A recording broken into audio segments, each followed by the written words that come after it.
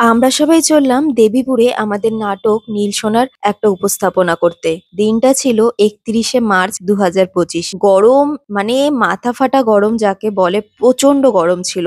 আর যে দল থেকে আমাদের এই অনুষ্ঠানটা আয়োজন করেছিল সেখানে কিছু সমস্যার জন্য অবস্থানগত পরিবর্তন তারা করেছিল। তাই অনুষ্ঠানটা আয়োজিত হয়েছিল একটা প্রাইমারি স্কুলে। আর যেহেতু ভীষণ গরম ছিল তাই আমরা স্কুলের বারান্দাতে বসেই হাওয়া খাচ্ছিলাম। হাওয়া বলতে হাত পাকাই সেখানে অনেক। তো আমরা এইখানে আসার আগে গেছিলাম একটা কালী মন্দিরে। সেইখানে কিছু আম আমরা কুড়িয়ে নিয়ে এসেছিলাম। আর এই স্কুলে পৌঁছানোর পর দেখতে পারলে দুজন মিলে গেছিল পেয়ারা চুরি করতে।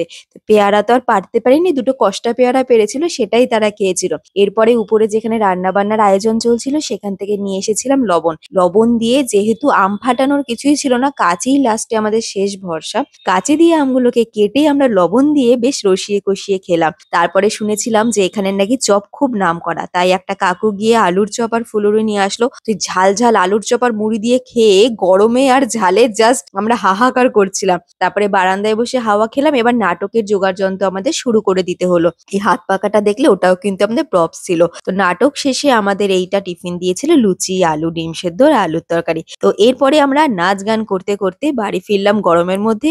এবারে আসি নাটকটা কেমন হলো। বর্ধমানে এমনিতেই গরম বেশি, তোমরা সবাই জানো। সেইখানে ওই ঘামে ভেজা শরীরে আর স্টেজটা খুব একটা ভালো ছিল না, প্রচন্ড নড়বড়ে ছিল, সিঁড়ি দিয়ে যখন তখন আমরা পড়ে যেতাম। সেই নিয়ে যে নাটক করেছি আমি খুব একটা সন্তুষ্ট হইনি। আজকের জন্য চলো টাটা, বাই বাই।